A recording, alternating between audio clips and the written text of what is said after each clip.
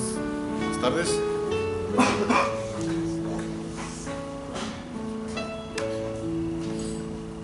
¿Cómo están? ¿Todos bien?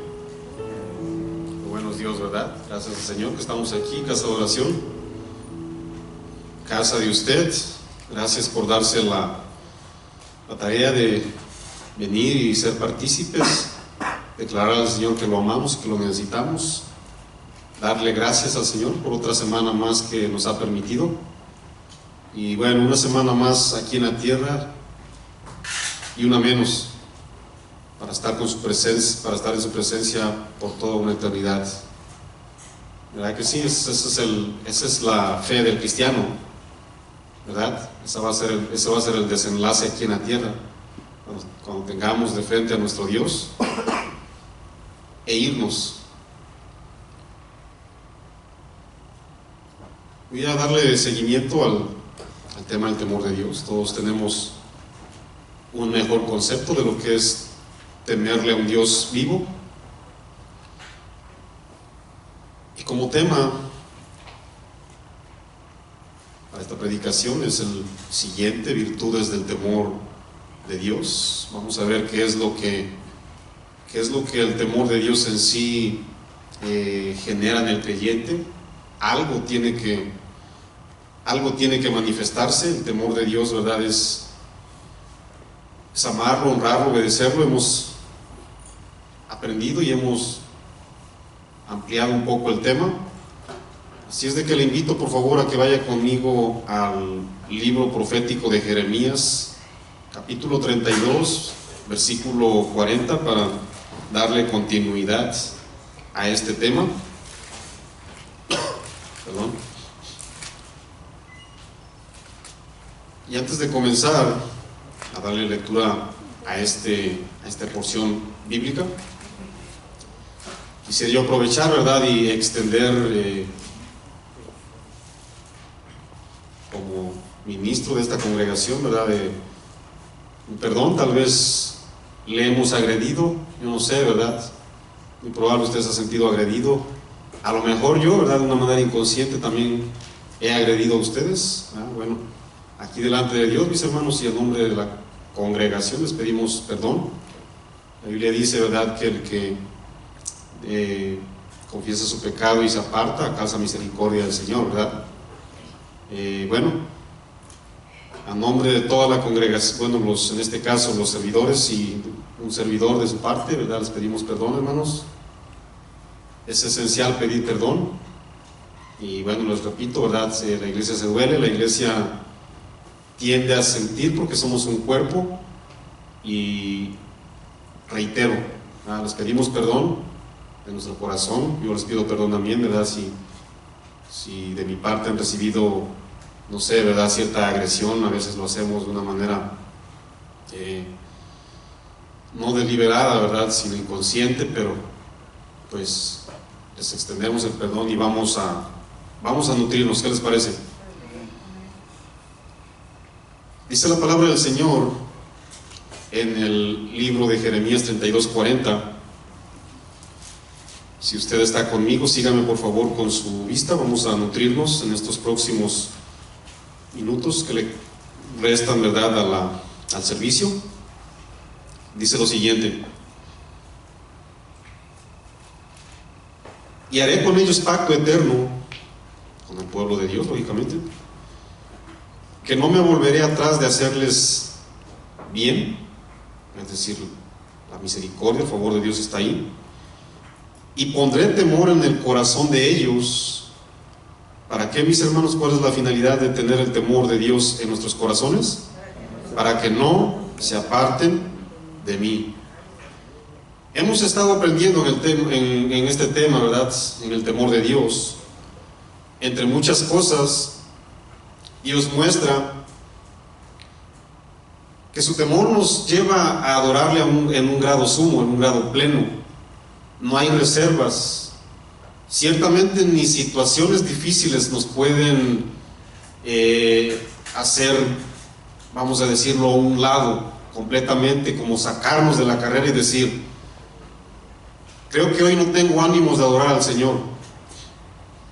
Este versículo es un versículo muy profundo en el cual el creyente tenemos que no solo meditar, sino hacernos un examen, ¿verdad?, interior, un examen de conciencia y mirar qué es lo que está provocando en mí el temor de Dios. Porque hace 8 días yo hacía una pregunta: ¿cuántos hombres tienen fe? Y yo también apuntaba, es imposible escuchar que alguien diga: yo no tengo fe, Marco, porque todo creyente se supone que tiene fe.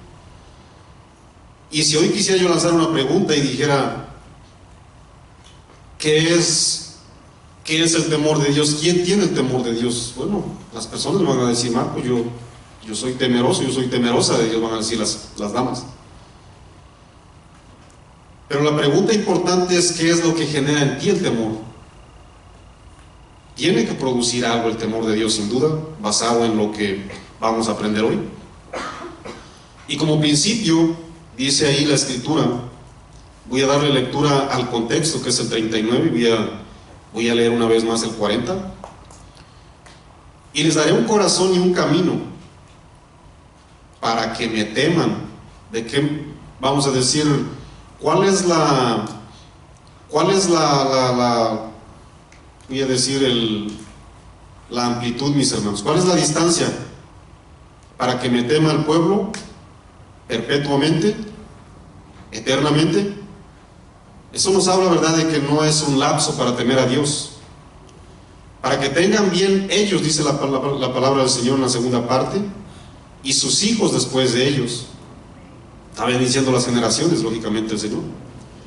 Y haré con ellos pacto eterno, que no me volveré atrás de hacerles bien, y pondré mi temor en el corazón de ellos. ¿Dónde pone el temor el Señor, mis hermanos? No se lleva en la bolsa, no se lleva donde nosotros lo queremos acomodar. El temor de Dios se pone en lo más profundo, en lo palpable, para que no se aparten de mí.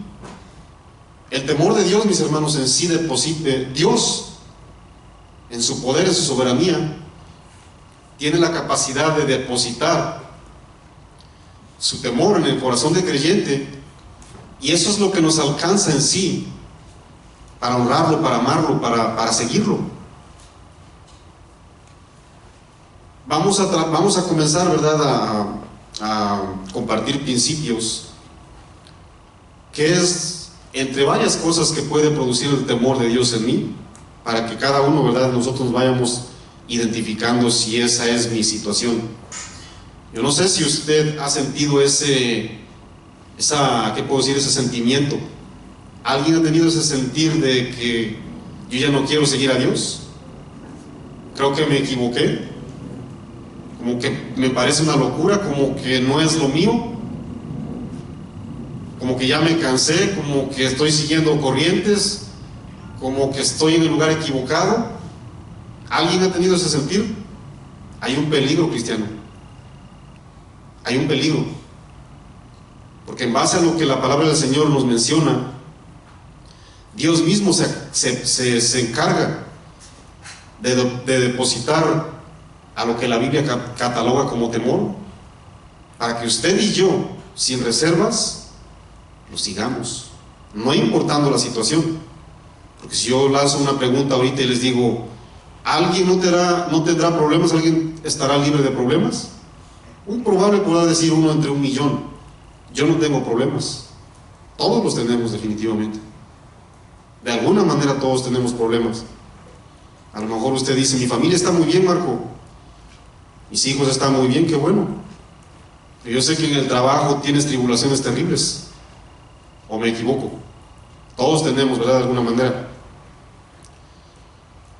Bueno, vamos a tocar principios bíblicamente hablando en Segunda de Crónicas. Si usted es tan amable, por favor, de acompañarme. Y como principio tenemos, ¿verdad?, número 1, el temor de Dios nos ayuda a ser hombres justos. ¿Cuántos saben que la justicia de Dios no se quebranta ni se corrompe? Si sabían, ¿verdad?, que Dios es un Dios justo, y el temor de Dios es el que nos impulsa a hacerlo. ¿Recuerdan cómo cómo nos ejercíamos cuando andábamos alejados de la gracia del Señor. ¿Se acuerdan cuando andábamos en el mundo? ¿Alguien se acuerda que con gusto y con anhelo ejercía la justicia? Es claro que no, ¿verdad? Es claro que todos teníamos ciertas luchas y siempre buscábamos la manera de desquitarnos. Dios es un Dios justo y el temor de Dios tiene que manifestar justicia. Vamos a leer, por favor, en Segunda de Crónicas 19. Voy a darle lectura al capítulo 1 al 7, por favor, si es tan amable. Crónicas está después de Reyes. Vamos al segundo libro. Si usted está, ¿verdad?, en el segundo libro de Crónicas 19, ponga por favor su mirada. Voy a darle lectura desde el versículo 1, por favor. Josafat, rey de Judá, volvió en paz a su casa en Jerusalén, y le salió al encuentro el vidente o un profeta, Jehú, hijo de Anani, y dijo al rey Josafat: al impío das ayuda y amas a los que aborrecen a Jehová. Para entender esta pregunta tenemos que entender el contexto. El contexto habla de que este rey, Josafat, que era rey de Judá, unió fuerzas con un rey impío llamado Acab.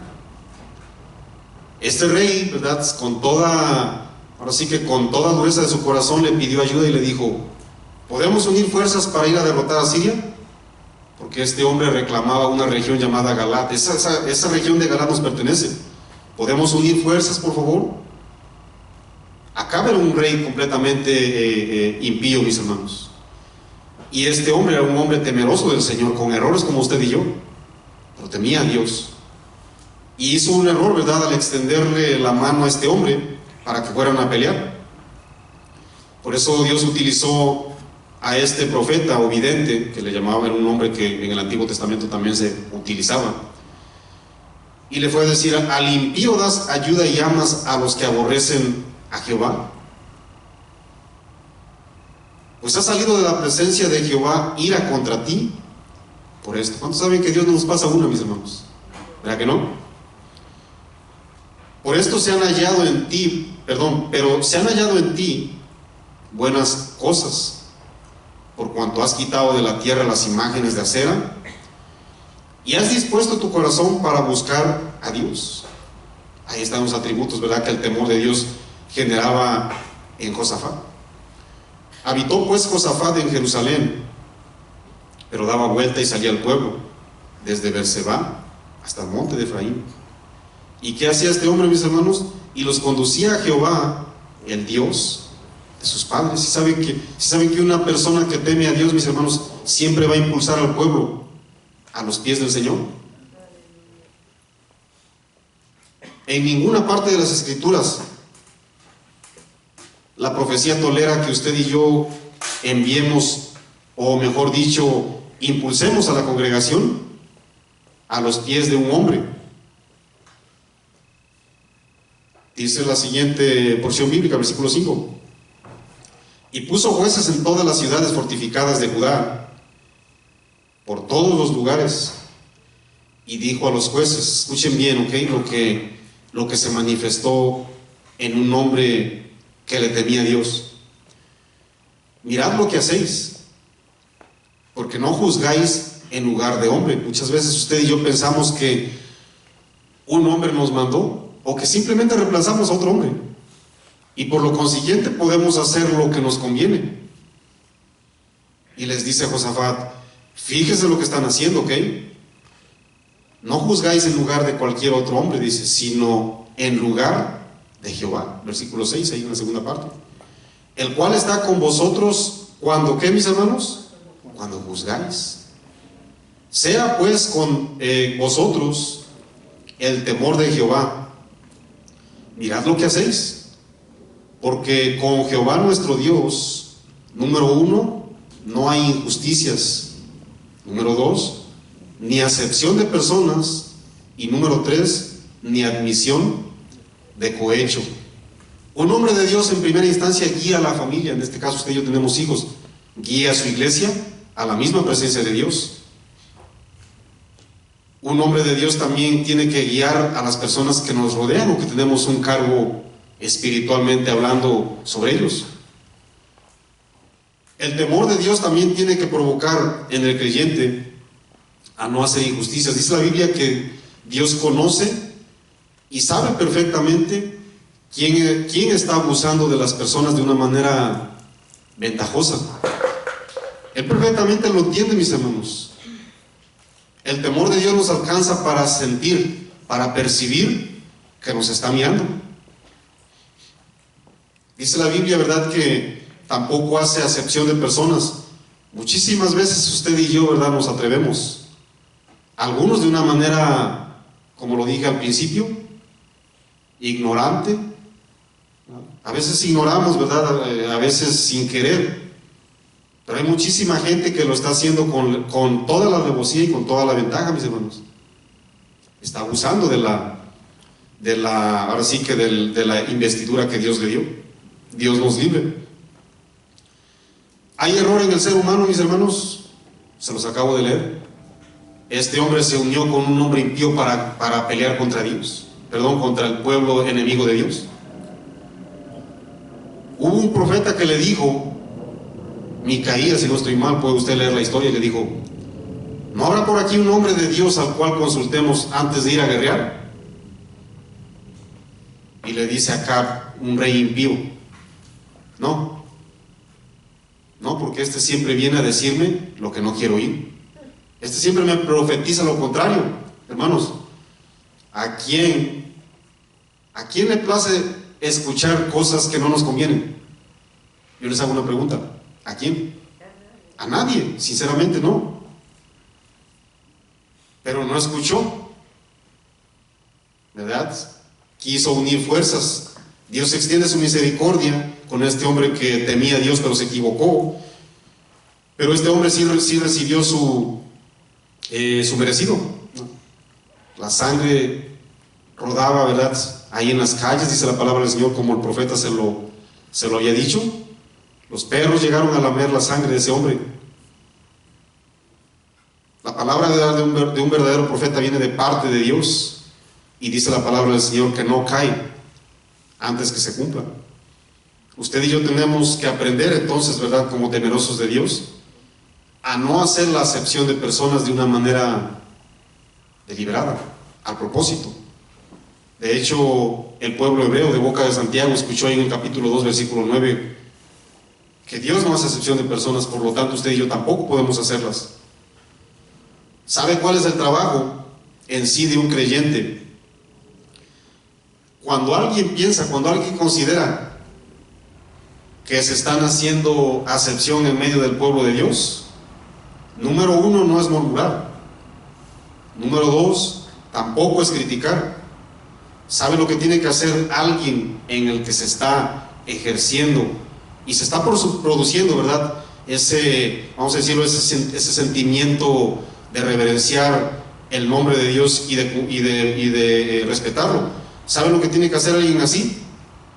Confrontar la situación con la misma autoridad que Cristo le delegó a todos. ¿Sí saben que Cristo te delegó una autoridad, verdad que sí? De ir directamente con una persona y arreglar el asunto. ¿O me equivoco? ¿Verdad que sí? Una persona tiene que hacer eso, mis hermanos. Críticas, murmuraciones, le vas a echar más leña al fuego. Hay que confrontar la situación con argumentos válidos y con toda mansedumbre. Yo te aseguro que esa situación ahí se arregla. ¿Tenemos que juzgar, Marco? La Biblia dice sí. ¿Cómo tengo que juzgar yo? Con justo juicio, como Cristo Jesús lo enseñó. Porque si usted y yo nos quedamos todo el tiempo, ¿verdad?, sin decir nada, bueno, muy probable el asunto se agrave. He ahí, ¿verdad?, la equivocación en muchas congregaciones. Hablar no es un pecado. El pecado es murmurar. ¿Sí o no? De hecho, ¿verdad?, vamos a la Biblia para mirar un caso un ejemplo, ¿verdad?, injusto.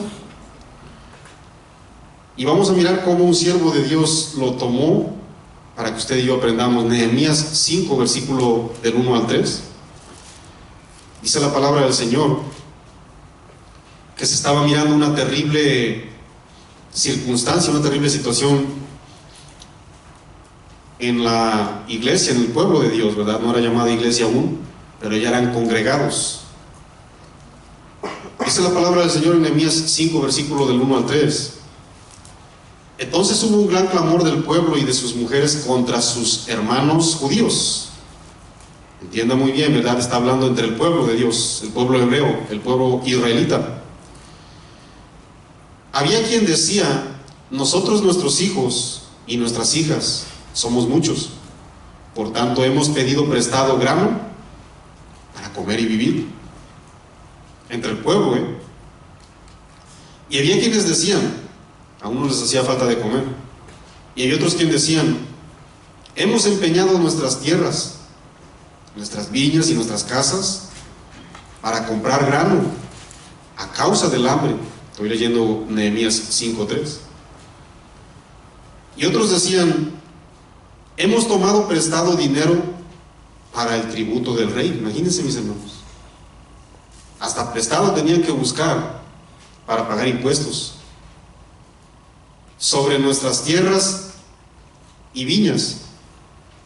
Ahora bien, nuestra carne es como la carne de nuestros hermanos, nuestros hijos como sus hijos. Y he aquí que nosotros dimos nuestros hijos y nuestras hijas a servidumbre. Acuérdense bien que en aquella época también se podía vender a la gente como esclavo, para buscar de comer, para sostenerse. Algunas de nuestras hijas lo están ya, y no tenemos posibilidad de rescatarlas. Ya no me quedan más hijas, ¿a quién doy? Porque nuestras tierras y nuestras viñas, tristemente, ¿verdad?, son de otros, y eran del mismo pueblo. Versículo 6. Y de una manera, ¿verdad?, gozosa, les di un aplauso. Eso fue lo que hizo un verdadero hombre que tenía el temor de Dios. Acuérdense bien que en el enojo no hay en sí pecado, La ira viene, pero ¿cuántos saben que viene una ira con ese celo para ayudar a las personas a cumplir el reglamento bíblico? En ese sentimiento, mis hermanos, en ese sentir, en sí no hay pecado. ¿Saben cuál es el pecado? La acción incorrecta. Airaos, pero no la acción incorrecta. Porque si yo le pregunto: oye, Marco, a ti no te viene, ¿verdad?, de repente ese sentimiento, ¿verdad?, de ir hacia algo que no fue correcto. Sería mentiroso que no. No fuera yo en sí un ser humano si dijera yo que no. Sería un robot. Por supuesto, el pecado es cómo reacciono, cómo lo tomo. Este hombre, ¿verdad?, sintió ese celo, ese vamos a decirlo, ese enojo, pero de una manera aceptable, por lo que se estaba mirando en el pueblo de Dios. Si saben, ¿verdad?, que muchas personas, cuando pasa un problema, vamos a hablar de un terremoto, y toda la ciudad, ¿verdad?, toda la ciudad necesita auxilios, necesita viáticos, necesita comida, necesita de todo tipo de cosas, ¿verdad?, de doctores, agua. ¿Cuántos saben que lo primero que se ve, ¿verdad?, es sacar ventaja? Oh, necesitas un rayo, vente para acá, voy a utilizar mi helicóptero, aquí me voy a hacer rico.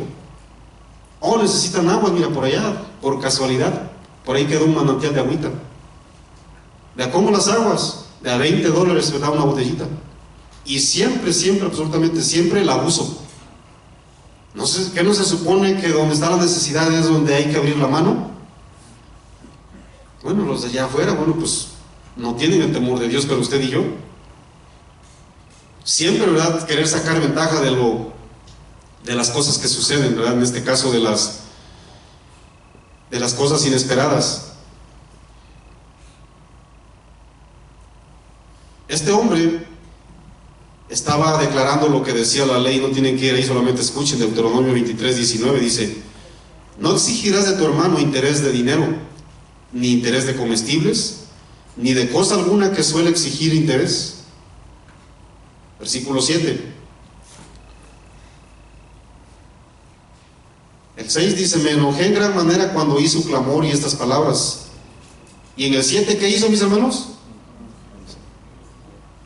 ¿Reaccionó de una manera alocada?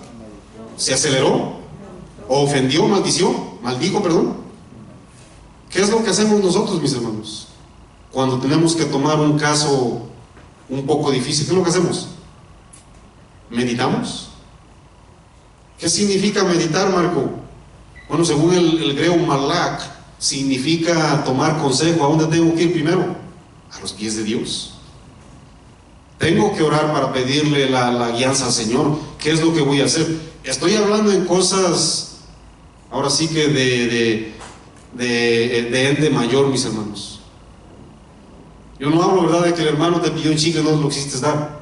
Eso en sí no tiene nada de chiste.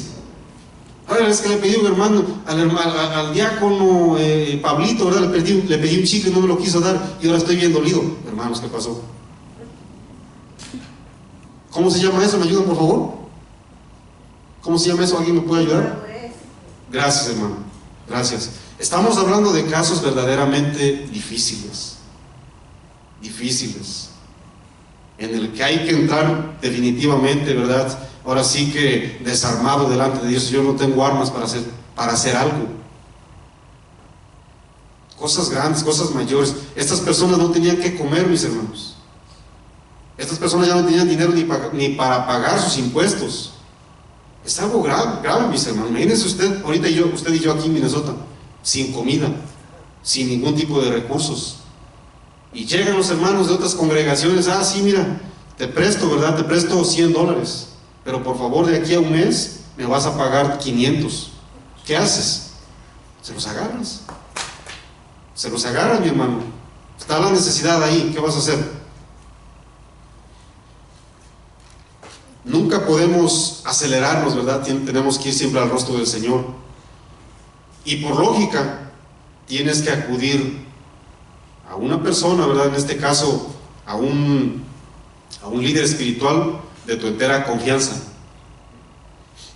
Si tú piensas y aseguras, ¿verdad?, que alguien está actuando de una manera incorrecta e injusta, bueno, número uno, no te decepciones, ni tampoco te eches a correr.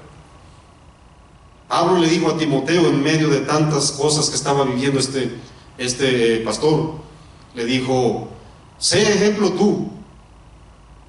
Deja a toda esa gente, ¿verdad?, que anda metiendo doctrinas gnósticas. Deja a esa gente, ¿verdad?, que anda tratando de suplir la Biblia. Cuando digo gnosticismo, esta gente se atrevió a decir, ¿verdad?, que la divinidad no existía ni siquiera en Cristo Jesús. Existían, ¿verdad?, cosas terribles en medio del pueblo del Señor. Y les dice Timoteo: mira, en medio de todos, le dice Pablo a Timoteo, en medio de todas esas cosas, ¿verdad?, por favor, y las sostente. Sé ejemplo tú, por favor. Lo pueden corroborar, ¿verdad?, ahí en el libro de San Juan, para que lo entiendan mejor. De ahí fue donde salió, ¿verdad? De ahí fue donde Juan fue a defender la verdadera doctrina contra los gnósticos. ¿Cuál es mi trabajo entonces, verdad? Como siervo de Dios, como hombre temeroso de Dios. ¿Qué es lo que se hace, mis hermanos? En la escuela tal vez estés mirando injusticias, a lo mejor en tu trabajo, yo no sé. Si se te permite influir, influye, pero de una manera sabia, sin meter el pie, ¿verdad?, sin agredir a las personas. Versículo 8: y les dije: nosotros, según nuestras posibilidades, rescatamos a nuestros hermanos judíos que habían sido vendidos a las naciones. Fíjese, eso fue lo que hizo, ¿qué? Echaron la mano y dijeron: bueno, vamos a regresar, ¿verdad?, a los judíos que están por allá vendidos. Y vosotros vendéis aún a vuestros hermanos y serán vendidos a nosotros. O sea, están haciendo un negocio aquí entre el pueblo, y callaron, pues no tuvieron que responder. Y dije: Nehemías, no es bueno lo que hacéis. Eso fue lo que dijo Nehemías, ¿ok?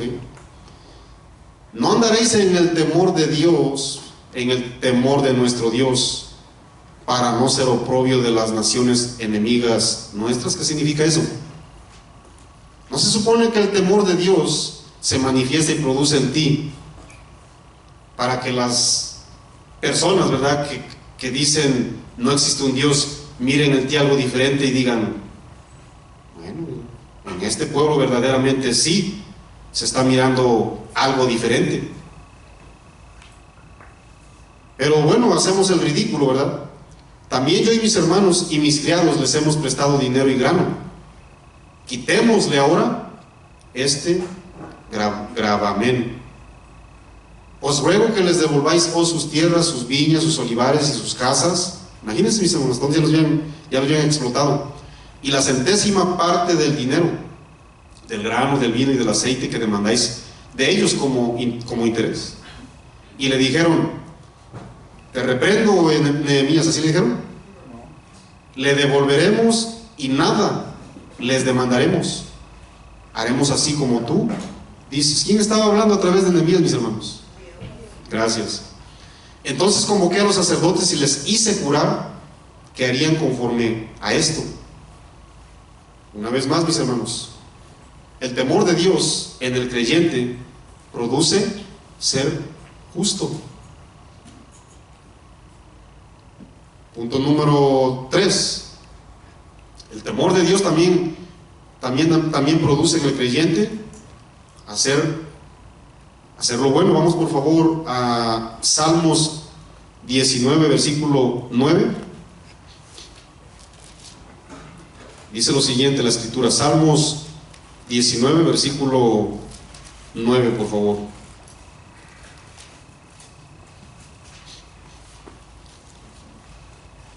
¿Vamos ahí?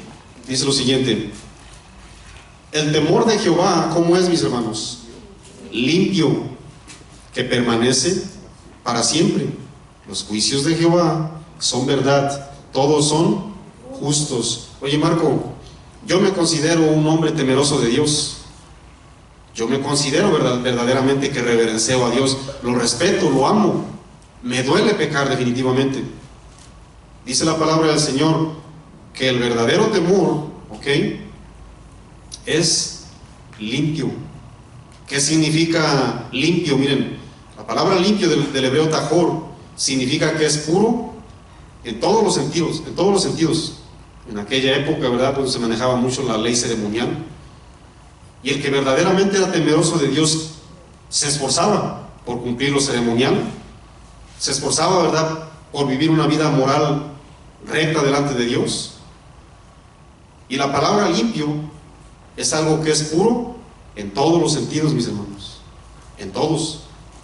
Por eso les decía yo hace ratito, el temor de Dios se tiene que manifestar y tiene que dar ejemplos de que algo se está produciendo en ti, ¿verdad? Si yo les digo, oye, Marco, yo tengo, ¿verdad?, una fuente que produce agua, ¿cómo le llaman? Manantiales, pero no produce agua. Bueno, algo está pasando ahí, porque la naturaleza de un manantial, ¿qué es, mis hermanos? Producir, ¿verdad? Sacar continuamente. Es algo continuo. Oye, Marco, yo soy temeroso de Dios, ¿verdad?, pero de repente como que me sale un temor bien sucio. ¿Cómo? Como que me sale un temor, ¿verdad?, como que no quiero, como que no me place lo que estoy haciendo, como que me plazco en lo malo. Ahí está, algo está pasando ahí. Porque una fuente, digo Santiago, de una fuente no puede salir agua dulce y agua amarga. Oye, Marco, me estás diciendo que un cristiano no puede pecar. Ese no es el contexto. Continuamente no puedo estar saliendo algo terrible de mí y algo bien bonito a las 2 o 3 horas. No. Si se entiende, ¿no?, lo que es equivocarse y lo que es estar produciendo algo abominable y después de repente me sale algo bonito. ¿Qué piensan ustedes? El que practica el pecado del diablo. Eso es lo que dijo San Juan, ¿verdad? Entonces, cuando el temor de Dios se produce en mí, mis hermanos, número uno, va a evitar ensuciarme, ¿no? Por eso es importantísimo que en una iglesia se predique la santidad y la obediencia, mis hermanos. Es importante, ¿verdad? Y esencial que en una iglesia se predique lo que es temas de la obediencia. Esos no deben de faltar definitivamente en una iglesia cristiana. El temor de Dios nos evita vivir una vida sucia, ¿ok? Y no nos ensuciamos nosotros, y por consecuencia los que están alrededor, ¿verdad? Bueno, aprenden a no ensuciarse también. El Proverbios 4, versículo 20, si es tan amable, va bien rápido ahí, dice lo siguiente. Proverbios 4, versículo 20. Hijo mío, está atento a mis palabras, inclina tu oído a mis razones. No se aparten de tus ojos, estoy leyendo Proverbios 4, versículo 20 y 21. No se aparten de tus ojos, guárdalas en medio de tu corazón, porque son vida a los que la hallan y medicina a todo su cuerpo. Sobre toda cosa guardada, guarda tu corazón, porque de él mana la vida. Ahí está la fuente de vida. Aparta de ti la perversidad de la boca y aleja de ti la iniquidad de labios. Tus ojos miren lo recto y diríjanse tus párpados hacia lo que tienes delante. Examina mi senda de tus pies. ¿Están ahí? Perdón, examina la senda de tus pies y todos tus caminos sean rectos. No te desvíes a la derecha ni a la izquierda. Aparta tu pie del mal. ¿Sí se dieron cuenta el balance que tiene la palabra del Señor, mis hermanos? Ni a derecha ni a izquierda. El Salmo 34, versículo 11 dice lo siguiente. Si usted está ahí, si usted es rápido para la Biblia, sígame con su mirada. Salmos 34, 11 dice lo siguiente: venid, hijos, oídme, el temor de Jehová os enseñaré. ¿Quién es el hombre que desea vida y que desea muchos días para ver el bien? Guarda tu lengua del mal y tus labios de hablar engaño. Apártate del mal y haz el bien. Busca la paz y síguela. Según el hebreo, la palabra seguir significa corre detrás, da ejemplo, ¿verdad?, de perseguir algo de una manera insistente, ¿no? Hoy día, tristemente, ¿verdad?, en ese sentir, ¿verdad?, en ese ejercer como temerosos de Dios, decimos, mira, es que a mí, ¿verdad?, pues mira, me cuesta y me salen, no sé, me salen otras cosas que no son la reverencia. Algo produce en mí, ¿verdad?, hacer todo lo contrario. Bueno, yo no digo que no tengamos luchas con la carne, porque pues la lucha constantemente es con la carne también, ¿verdad que sí? Pero siempre, absolutamente siempre, el temor de Dios, mis hermanos, va prácticamente a manifestarse, ¿ok?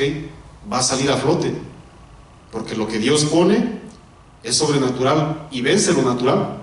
Si sabían que por eso se llama un Dios sobrenatural, ¿verdad que sí? Porque está sobre toda lo que es la creación, lo natural. Principio número 4, el temor de Dios también produce largura de vidas. Proverbios 10, versículo 27, dice lo siguiente. Proverbios 10, 27, si usted es tan amable de ir conmigo.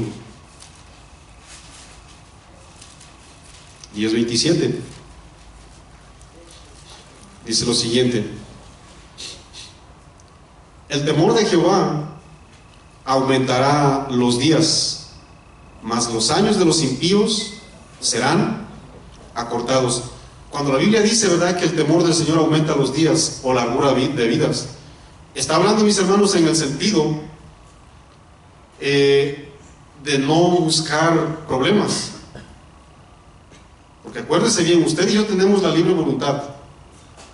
Hay personas que se han atrevido a hacer todo lo contrario, ¿y qué les sucede, mis hermanos? Buscaron el mal. Dice la palabra del Señor que el que busca si vas a buscar el mal, dice, pues eso te sobrevendrá, porque eso es lo que tú buscas, ¿no? Buscó, dice una parte bíblica, buscó el mal y eso le sobrevino. ¿Sí o no? Buscas a Dios encuentras. Está hablando en el sentido, ¿verdad?, de que usted y yo estamos alejadísimos de los problemas. Dice la Biblia, pero al impío se le acortan sus días. Si saben, ¿verdad?, que muchas personas a veces en su plena juventud mueren. Bueno, eso es lo que buscan, mis hermanos, ¿no? Pero bueno, como temerosos del Señor, se supone que la largura de vidas, la largura de días es una bendición. Yo le hago una pregunta: ¿por qué un cristiano o una persona que se llama cristiana se ha atrevido a suicidarse? Si una bendición de la que produce el temor de Dios es extender mi vida. Yo le hago una pregunta: ¿por qué un creyente ha llegado hasta el suicidio? Hay muchas personas que se han catalogado como creyentes y han llegado al suicidio. ¿Se dan cuenta como que hay algo ahí, como que no embona? O sea, quitarme la vida si el temor de Dios me infunde a mí extenderme todavía más para mirar nietos y bisnietos, si es probable. Hay algo ahí, ¿verdad? Algo malo hay ahí. El temor de Dios no es lo que está produciendo ese sentimiento, sin duda, ¿verdad?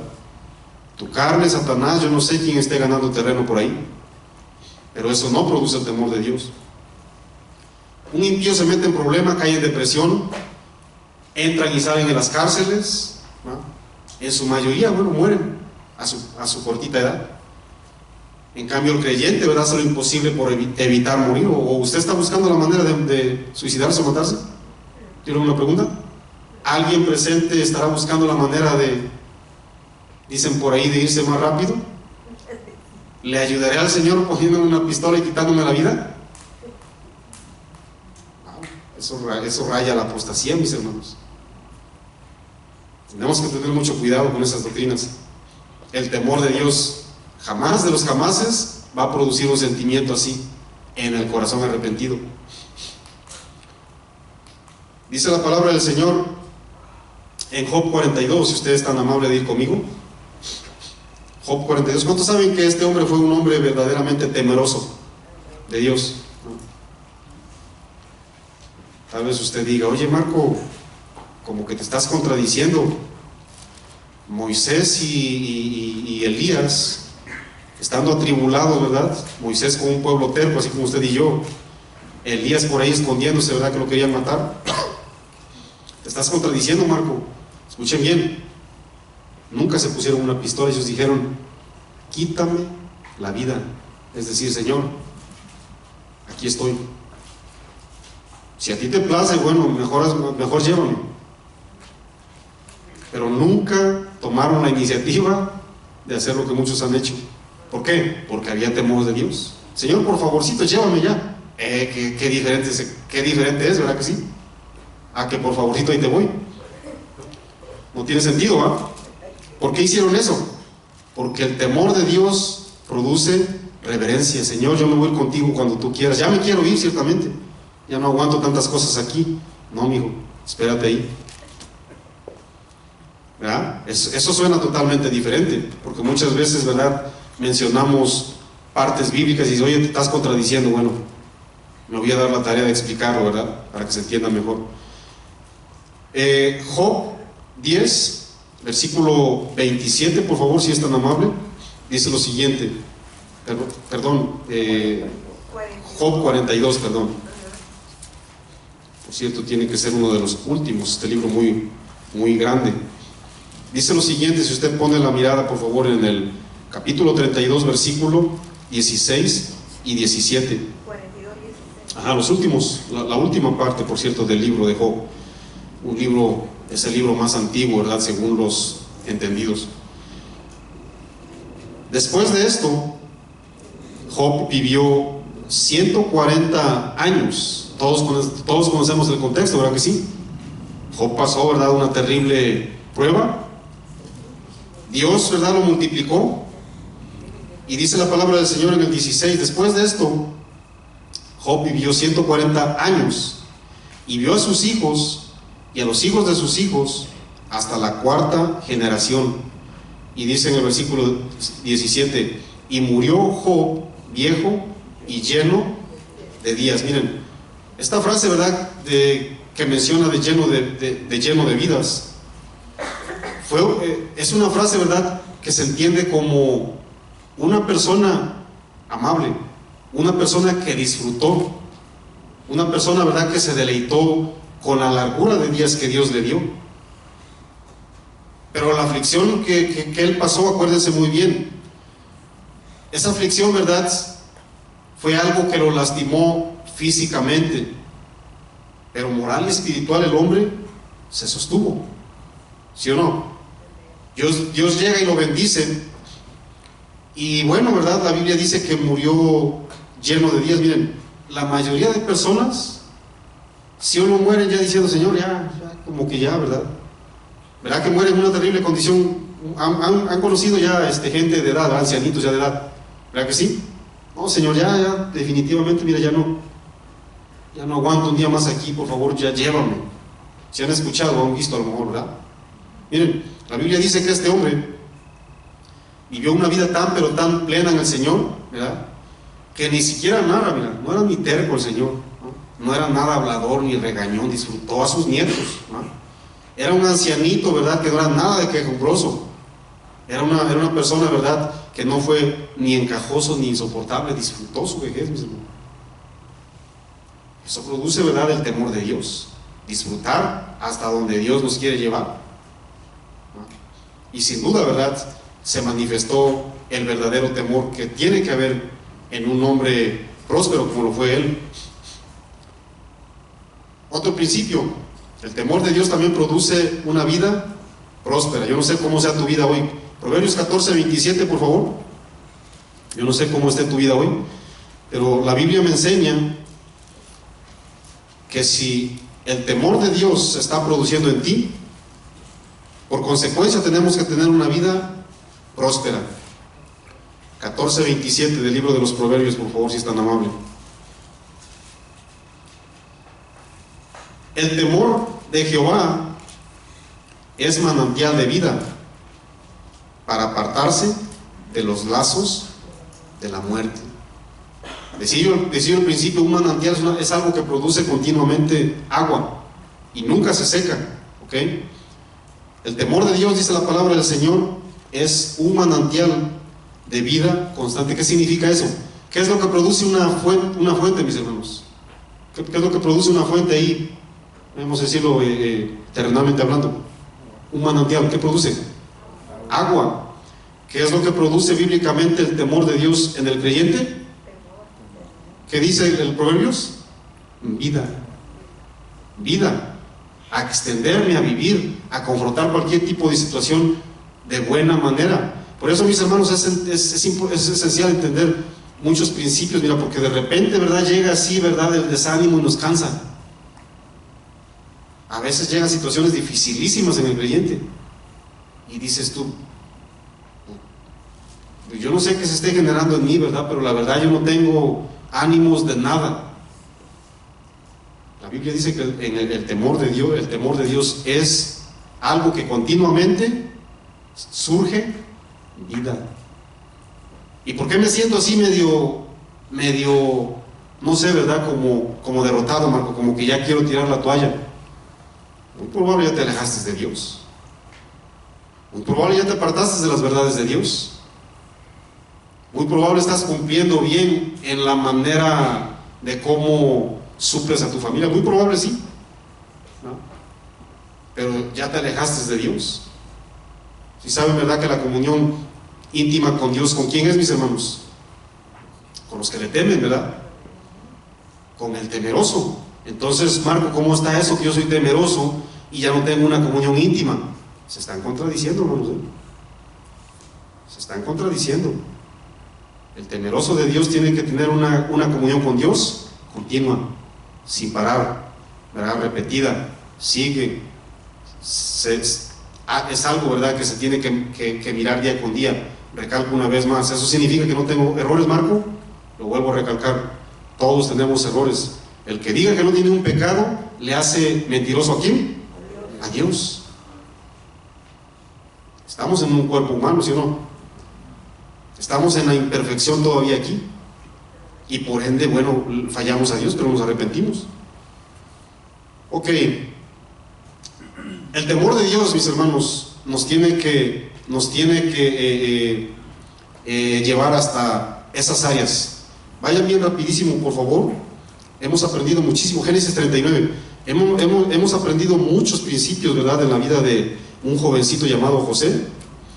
Y bueno, la palabra del Señor, como es un manantial de vida, constantemente sigue saliendo y saliendo tantos y tantos principios, ¿verdad?, de la vida de este hombre. Yo he leído varias veces, he sacado temas para los jóvenes, he predicado aquí, y bueno, ¿verdad?, uno lo lee, uno medita, y sigue saliendo, ¿verdad?, el manantial de vida que es la palabra del Señor, sigue produciendo, ¿verdad?, cada vez más y más,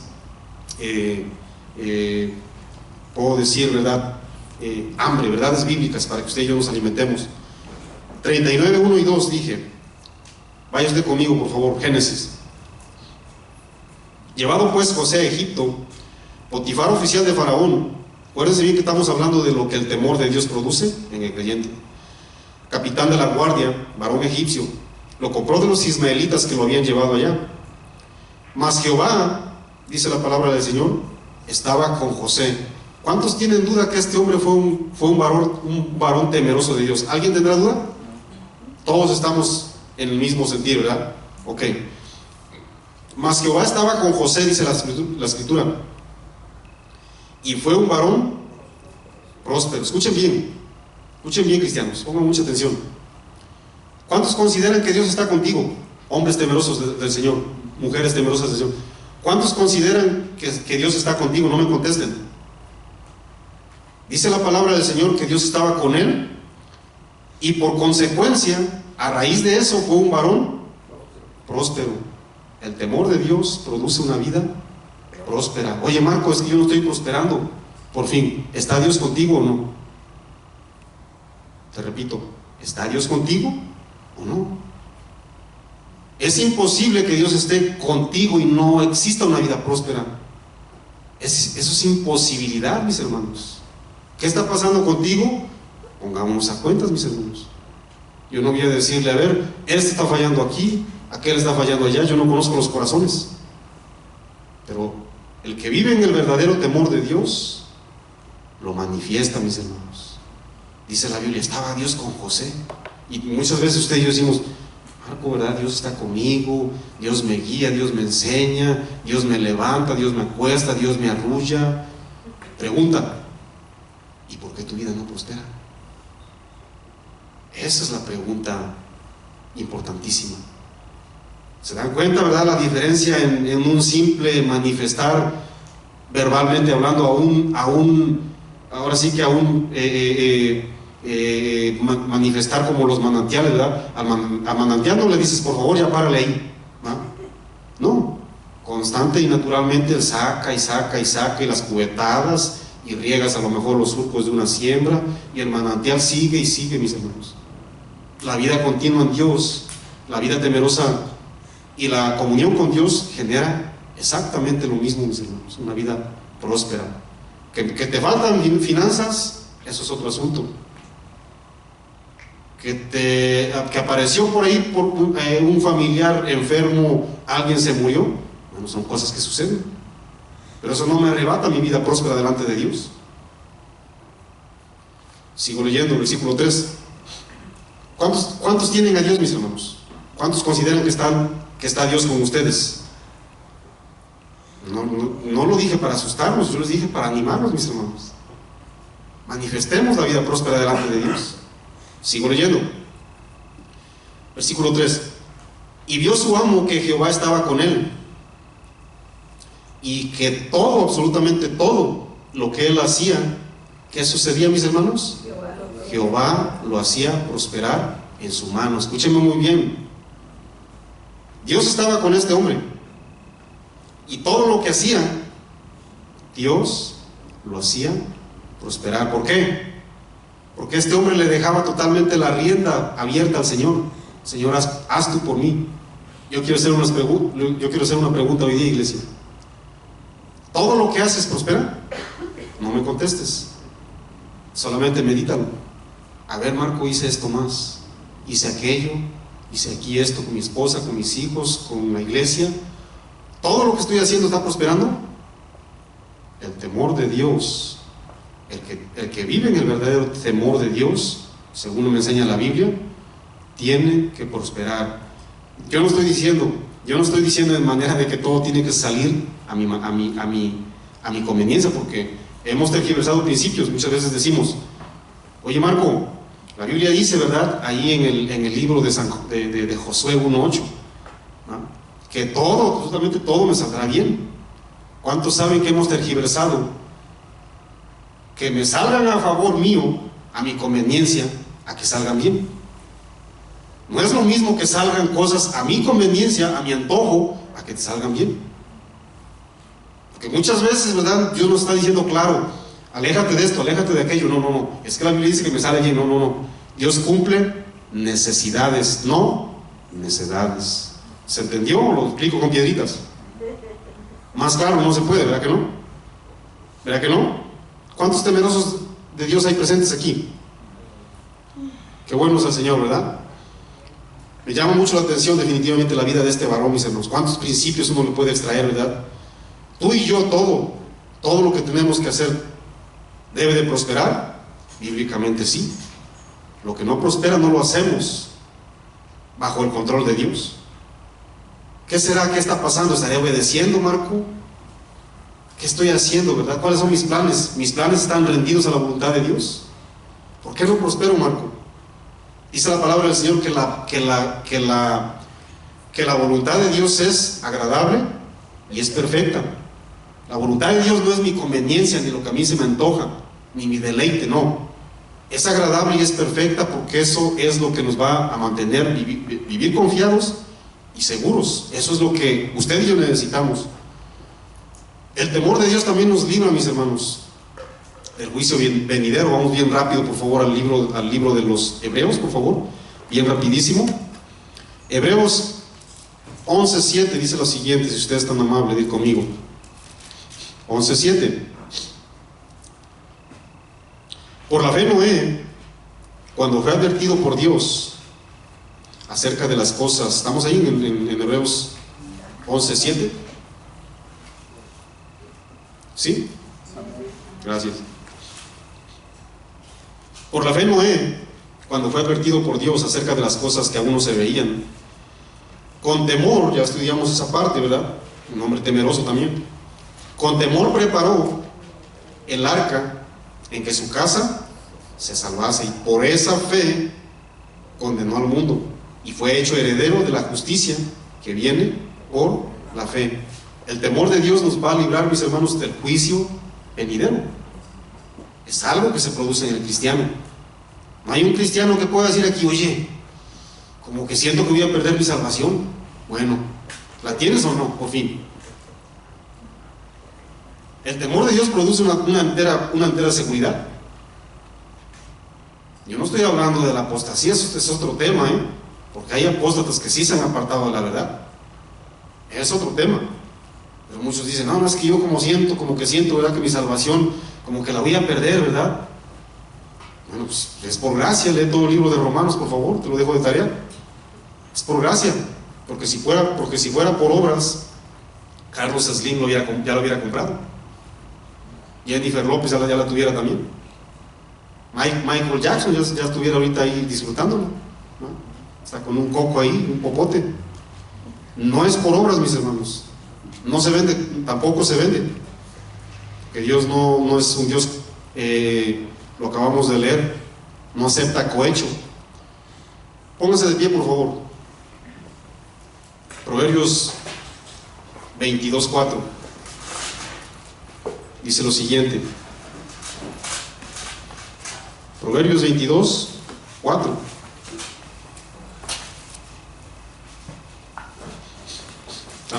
Si están conmigo, por favor, síganme con su vista.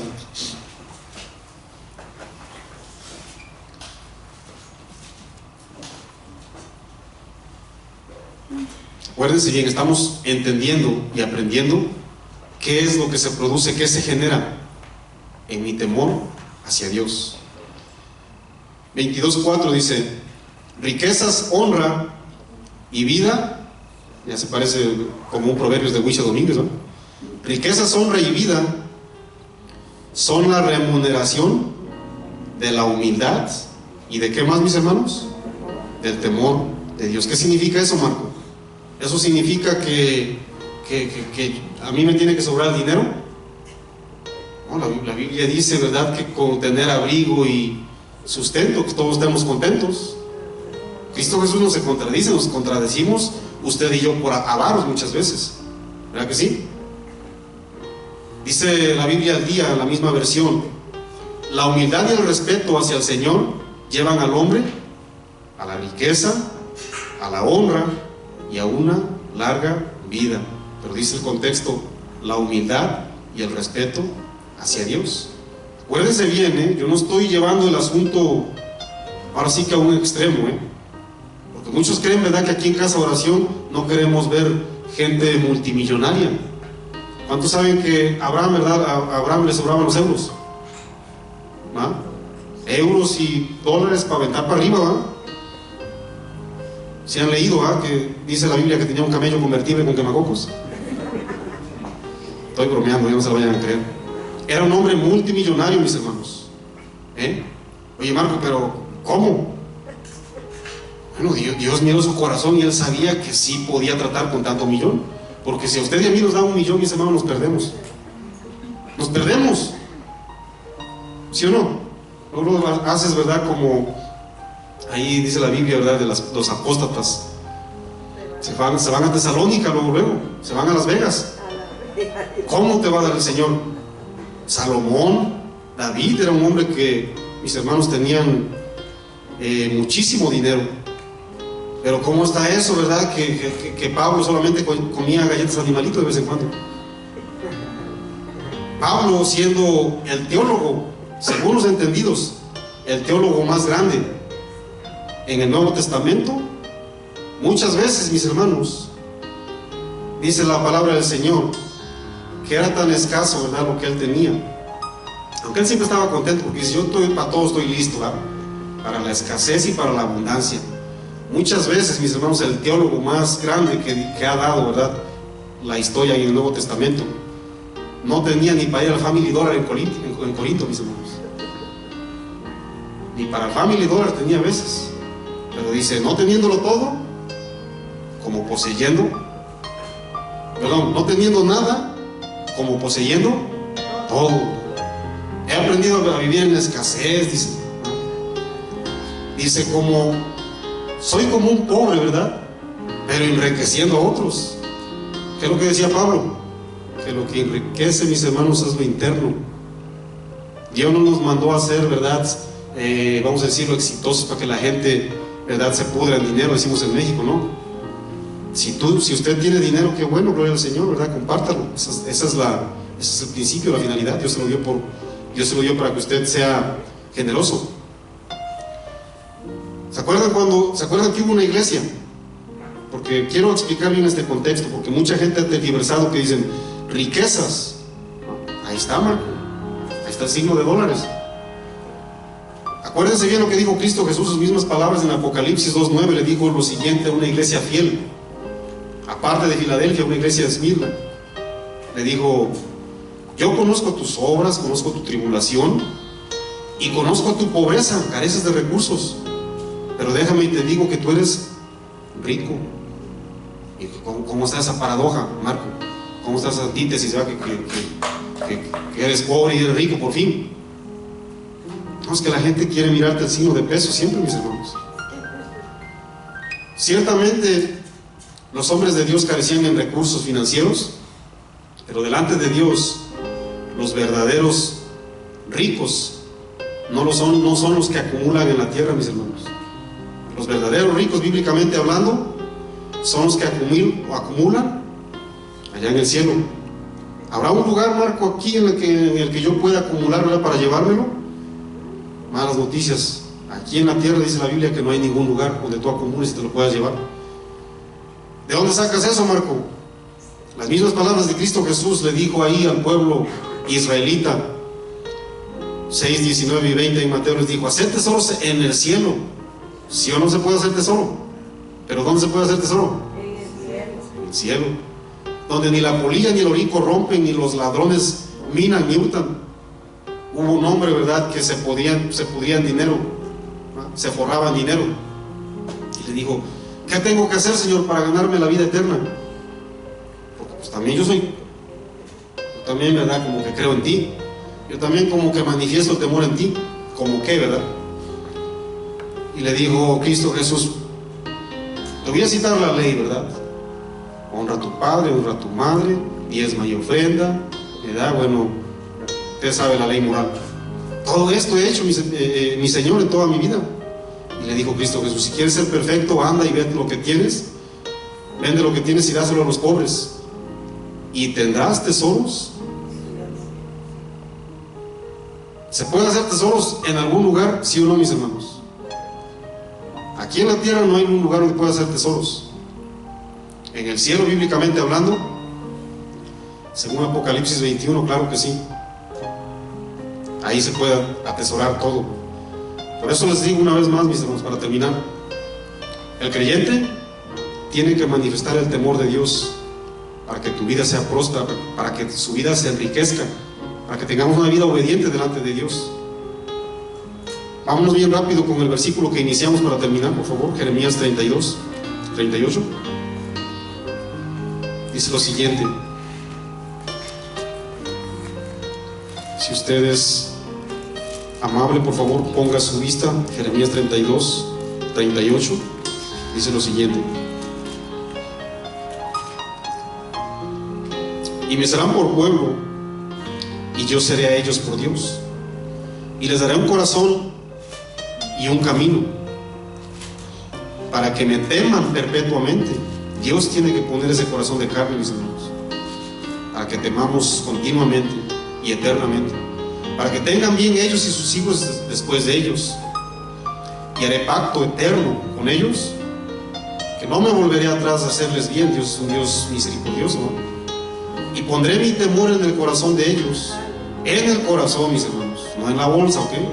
No es su mochila, para que no se aparten de mí. Vamos a orar, mis hermanos. Padre, en nombre de Cristo Jesús, te damos gloria y honra. Señor, si hemos fallado, te pedimos perdón. Si hay alguien, Señor, aquí presente que no ha manifestado el verdadero temor, porque tu palabra dice, Señor, que tú has puesto el temor en nosotros, y por consecuencia, Señor, no nos vamos a apartar de ti, ni a diestra ni a siniestra, Señor. Pablo oraba, Señor, y decía: ¿quién me separará del amor de Cristo? ¿Qué puede separarme? Tribulación, angustia, pobreza, dolor, una enfermedad, lo alto, lo profundo, lo porvenir. Decía tu siervo Pablo: nada, porque había un temor muy pero muy profundo en el corazón hacia ti, Padre. Señor, queremos reverenciarte, queremos adorarte, Señor. Que el temor verdaderamente se manifieste en tus creyentes, que el temor se manifieste en mí, Señor. Me hace falta, Padre. Te pedimos en el nombre de Cristo Jesús que bendigas a tu iglesia, Señor, y que enseñes a todos y cada uno a caminar, Padre glorioso, en las sendas de la justicia. Si hay alguien, Señor, que se está apartando de tu verdad, Señor, Padre, con esas cuerdas de amor, con esas caricias de amor, tráelo, Señor, de regreso, y que vuelva a manifestar una vez más las primeras obras, así como Cristo Jesús le dijo a esa iglesia que había dejado el primer amor. Señor, ayúdanos, Padre, ayúdanos, Señor glorioso. Queremos hacer tu voluntad, Señor. Perdónanos, ciertamente, Señor, hemos fallado muchas veces, pero nos doblegamos delante de ti. Queremos alcanzar tu misericordia, Señor. Nos acercamos confiados al trono de la gracia para el pronto y para el pronto socorro, Señor. A ti te necesitamos, Señor. Oro por tu iglesia, Señor. Oramos por tu iglesia, Señor. Te necesitamos, Señor. Recibe la gloria y honra, recibe la alabanza, recibe el poder y recibe un fuerte aplauso de todos y cada uno. Un aplauso al Señor. Gracias, Señor. Recíbelo y gracias por poner el temor en nosotros, en el nombre de Jesús. Amén. Dios los bendiga, mis hermanos.